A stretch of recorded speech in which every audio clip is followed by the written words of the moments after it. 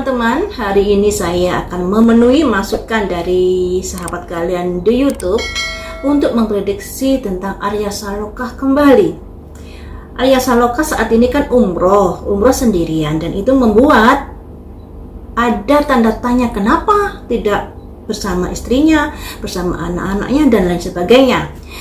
Kebanyakan para artis yang umroh yang sudah berkeluarga itu kan biasanya bersama-sama keluarganya. Tapi Arya Saloka ini pergi sendirian, dan itu membuat rasa penasaran netizen yang ingin mencari tahu jawabannya kenapa pergi sendirian. Mari kita prediksi di sini apa alasannya Arya Saloka pergi sendirian umroh. Adakah sesuatu hal yang terjadi, ataukah sudah mengajak Putri Anne kemudian Putri Anne menolak? Mari kita ungkap di sini. Apakah yang ada dalam pikiran Arya Saloka kenapa dia pergi sendirian untuk umroh? Mengapa tidak mengajak Putri Anne? Saya ambil 3 kartu di sini ya, alasan-alasan yang ada dalam pikiran Arya Saloka mengapa dia pergi kesendirian. Ada simbol perfection, pemikiran, kesempurnaan. Selanjutnya, mengapa nggak ngajak Putri Anne? Mistis, perasaan, kenyamanan ya. Selanjutnya, karena balance, dia ingin bisa lebih fokus dalam beribadah umroh di sana. Kenapa dia pergi sendiri? Perfection, pemikiran, ingin mendapatkan ibadah yang begitu bisa khusyuk dan lain sebagainya. Kemudian kenapa dia tidak mengajak Putri Anne? Di sini ada simbol mistis, perasaan. Nah, perasaan seperti apakah yang nanti kita gali ya. Kemudian di sini ada simbol balance, yang artinya dia ingin berusaha untuk beribadah dengan tenang. Ini ada kaitannya dengan kartu saya yang prediksi yang lalu, yang ada proteksi diri, bahwa dia menjaga jarak dengan Putri Anne dikarenakan mungkin tidak ingin berantem lagi, mungkin tidak ingin sakit hati dan lain sebagainya. Walaupun dengan proteksi diri itu hubungan suami istri bisa lebih renggang jadinya. Dengan perginya sendiri, ada orang-orang yang tidak menyukai atau tidak respect dengan apa yang dilakukan Arya Saloka. Kenapa pergi sendiri seperti itu? Sekarang mari kita gali tentang perfection, pemikiran Arya Saloka terkait dengan perasaannya ya. Mengapa dia lebih memutuskan pergi sendiri? Perasaan-perasaan apakah yang berkecamuk di dalam hatimu sampai kamu pergi sendirian ke ibadah umroh tersebut? Ada simbol the tremor, mimpi, sebuah pilihan, di mana pilihan ini bisa ke arah yang lebih baik atau bisa ke arah yang kurang baik, tergantung dari keputusan yang dia ambil. Dan saat ini ibadah umrohnya dia jalani sendiri tanpa istri. Tentunya itu ada pikiran-pikiran yang mungkin seperti tadi, ingin khusyuk dalam beribadah. Apa seperti itu? Mimpi-mimpi seperti apakah yang ingin kamu harapkan? Ada ketenangan batin, ada pencerahan, ketenangan batin seperti yang saya bilang tadi, ingin beribadah lebih khusyuk lagi dengan pergi sendirian. Selanjutnya, apakah kamu merasa jika pergi sendirian itu bisa khusyuk? Ya, iya, di sini ada simbol koin 1 menuju sebuah istana yang bisa dilambangkan. Ya, dia merasa tenang jika pergi kesendirian, jika pergi tanpa istrinya. Dan di sini juga ada pencerahan, ketenangan, kekhusyukan yang dia harapkan saat dia beribadah di tanah suci tersebut. Yang dilambangkan ada koin 1 menuju sebuah istana ya. Istana ini ibaratnya rumah suci, di mana dia pergi ke sana dengan harapan-harapan bisa mendapatkan ketenangan, mendapatkan pencerahan hidup yang mungkin selama ini masih belum ada jawabnya. Selanjutnya Apakah kamu sudah mengajak Putri Anne? Apakah kamu sebenarnya sudah mengajak Putri Anne? Renoval. Di sini ada semacam kesadaran, kebangkitan dan lain sebagainya. Sebenarnya dia juga sudah memberi penawaran kepada Putri Anne. Ikut apa tidak? Ada simbol keluarga yang artinya dia sudah memberi penawaran kepada Putri Anne. Mungkin Putri Anne ada alasan-alasan khusus sehingga dia tidak bisa ikut. Sebenarnya sudah memberi penawaran. Selanjutnya, saat umroh nanti setelah pulang, apakah rumah tangganya bisa lebih baik lagi? Ataukah tetap seperti sedia kala yang bermasalah? Saat pulang umroh, apakah hubungan suami istri ini bisa lebih baik lagi?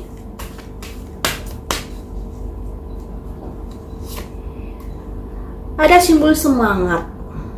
Semangat untuk bisa memperbaiki diri. Selanjutnya,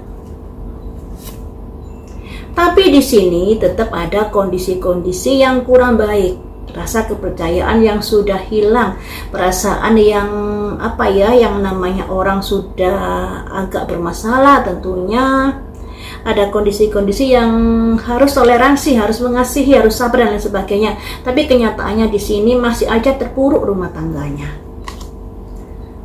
Mengapa demikian? Tapi sebenarnya mereka sudah berusaha untuk bisa membangun kembali rumah tangganya, ya. Selanjutnya, sebenarnya rumah tangga ini masih bisa diperbaiki ketika kedua orang ini masing-masing bisa saling menyadari, introspeksi diri atas kesalahan masing-masing. Mungkin ada baiknya Putri Anne tanya kepada Arya Saloka, apa yang tidak kamu sukai terhadap diri saya? Dan juga sebaliknya, sehingga masing-masing orang ini bisa berbenah diri atas ketidaksukaan pasangannya masing-masing, atau meningkatkan rasa kasih sayang, pengertian dan lain sebagainya.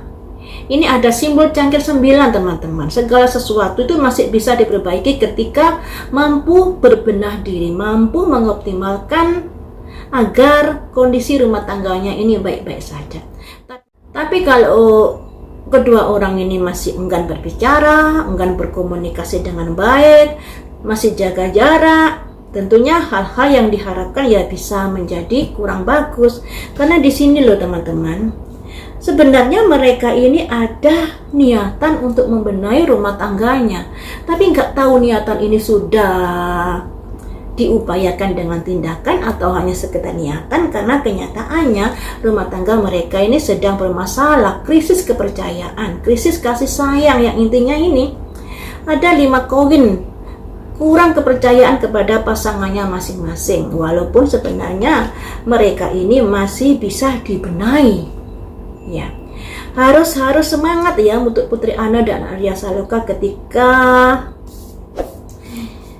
ada niatan untuk membenahi rumah tangganya, karena kasihan juga anak-anak, tapi yang terbaik saja untuk mereka ya. Masalah itu harus segera diselesaikan, jangan digantung seperti ini dulu, seperti ini. Kalau Putri Anne kan memang karakternya keras, ngomongnya to the point, ceplos-ceplos, segala sesuatunya ingin segera diselesaikan. Sedangkan Arya Saloka ini kan low profile, egonya ini ya juga menggantung masalah ini dengan dengan low profilnya itu tadi, dengan santainya, sehingga antara Arya Saloka dengan Putri Anne nggak ada titik temu. Yang satunya keras, ingin segera masalahnya bisa cepat selesai, yang satunya low profil sehingga masalahnya digantung. Jadinya ya seperti ini. Walaupun energinya ini ada celah untuk baikan, ada celah, tapi semuanya itu tergantung dari Arya Saloka dan Putri Anne. Dan di sini sebenarnya Putri Anne sudah diajak Arya Saloka, ada simbol renoval, kebangkitan. Sebenarnya sudah diajak, tapi kayaknya ada penolakan ya, mungkin ada penolakan dikarenakan sesuatu masalah. Tapi ya begitu. Jadinya dengan perginya Arya Saloka sendirian membuat netizen menjadi penasaran. Walaupun nggak bisa dipungkiri, dengan Arya Saloka pergi sendirian, ini dia bisa beribadah umroh dengan lebih tenang. daripada kalau ngajak istrinya seperti itu.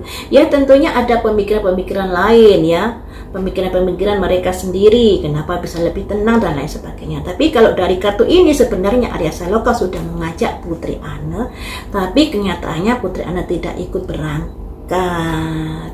Dan rumah tangga mereka bisa baik-baik saja sebenarnya. Kemudian mari kita gali, kenapa Putri Anne menolak diajak pergi umroh? Alasannya apakah?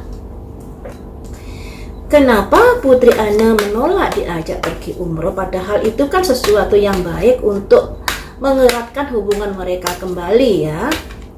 Mengapa Putri Anne menolak diajak pergi umroh? Karena ada tongkat satu, tanggung jawab dan pekerjaan. Terkait apakah itu? Terkait dua cangkir, yang artinya mereka memang hubungannya bermasalah. Dan di sini kalau pergi dengan Arya Saloka mungkin ada kondisi-kondisi yang pertama karena ada masalah tanggung jawab dan pekerjaan, mungkin terkait anaknya atau terkait pekerjaan yang harus diurusi. Yang kedua, ada dua cangkir di sini, ada kebimbangan antara ikut dan tidak sebenarnya. Bimbang dia ketika diajak Arya Saloka, "Yo ikut." Masih dipikir-mikir, masih bimbang dikarenakan di sini ada pikiran-pikiran yang takut begini dan lain sebagainya. Tapi sebenarnya dengan ikutnya Putri Anne dengan Arya Saloka umroh, tentunya itu akan bisa membuat gosip-gosip miring tentang mereka mungkin agak reda. Tapi nggak tahu kenapa dia menolak. Menolaknya lebih terkait karena tongkat satu ini, tanggung jawab, pekerjaan dan lain sebagainya ya, tanggung jawab dan pekerjaan yang menjadi alasannya. Seperti itu teman-teman ya, kita doakan saja yang terbaik untuk keluarga Putri Anne dan Arya Saloka. Celah untuk baikan itu masih ada, tinggal gimana caranya mereka mengusahakan untuk bisa baik kembali. Di sini kayaknya baik Arya Saloka dan Putri Anne egonya sangat-sangat tinggi. Ego versi keras juga ego versi lemah lembut ya, karena Arya Saloka kan low profil orangnya. Jadi dengan ego yang keras ini mungkin dia merasa sakit hati, kesel karena tidak sabar dengan apa yang diputuskan Arya Saloka. Dan Arya Saloka ini lebih suka menggantung masalah, tidak segera diselesaikan karena memang karakternya seperti itu. Dan disinilah ada kondisi-kondisi yang semakin dalam masalah mereka. Sayang sekali kalau ada celah untuk bisa perbaikan ini kemudian tidak dipergunakan dengan baik ya. Misalnya Arya Saloka sudah mengajak Putri Anne, tapi Putri Anne bimbang antara ikut dan tidak, pada akhirnya memutuskan untuk tidak ikut. Padahal itu merupakan celah agar mereka bisa lebih dekat lagi dan bisa menangkis gosip-gosip miring terhadap keluarga mereka. Seperti itu. Tapi ya nggak bisa dipungkiri, dengan Arya Saloka pergi sendiri, dia lebih bisa khusyuk dalam beribadah, lebih bisa tenang dan lain sebagainya. Tapi keputusan itu pada akhirnya membuat ada orang-orang atau ada netizen yang penasaran terhadap kepergian Arya Saloka sendiri saat umroh. Seperti itu teman-teman, semoga terbaik untuk rumah tangga mereka, karena bagaimanapun mereka masih terikat pernikahan dan memiliki anak satu. Semoga bisa rukun kembali ya. Andai kata nggak bisa rukun ya gimana caranya, jangan digantung seperti ini, karena yang namanya masalah semakin digantung semakin akan tidak membuat masalah itu menjadi clear, masalah itu menjadi benang ruwet jadi.